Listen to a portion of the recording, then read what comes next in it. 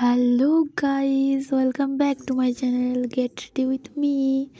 আজকে যাব একটা বার্থডে নিমন্ত্রণ আছে সেই বাড়িতে। তো চলো আমি কি কি পরবো সেটা তোমাদের দেখাই। এই জ্যাকেটটা পরবো, পিঙ্ক কালারের সোয়েটারও বলতে পারো তোমরা, আর টপ পরবো আর একটা জিন্স পরবো। তো চলো রেডি হয়ে দেখা হচ্ছে, বেশি কথা বাড়াবো না। ফাইনালি গাইস রেডি, জ্যাকেটটা পরে নিলাম, এবার বেল্টটা পরবো।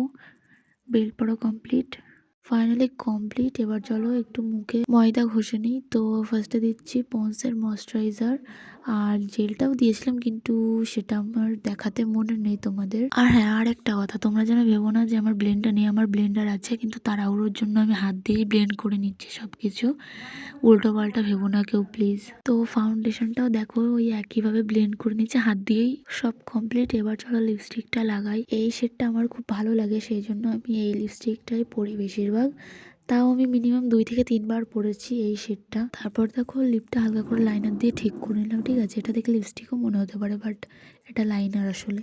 আর এই যে দেখো হালকা করে কাজল পরবো। কাজলটা আমার ফেভারিট পার্ট। ঠিক আছে, কাজলটা আমি বাড়িতে থাকলেও পরে থাকি।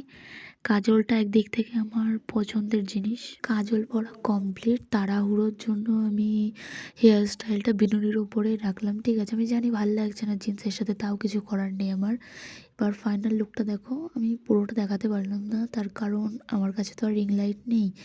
টাটা আজকের মতো।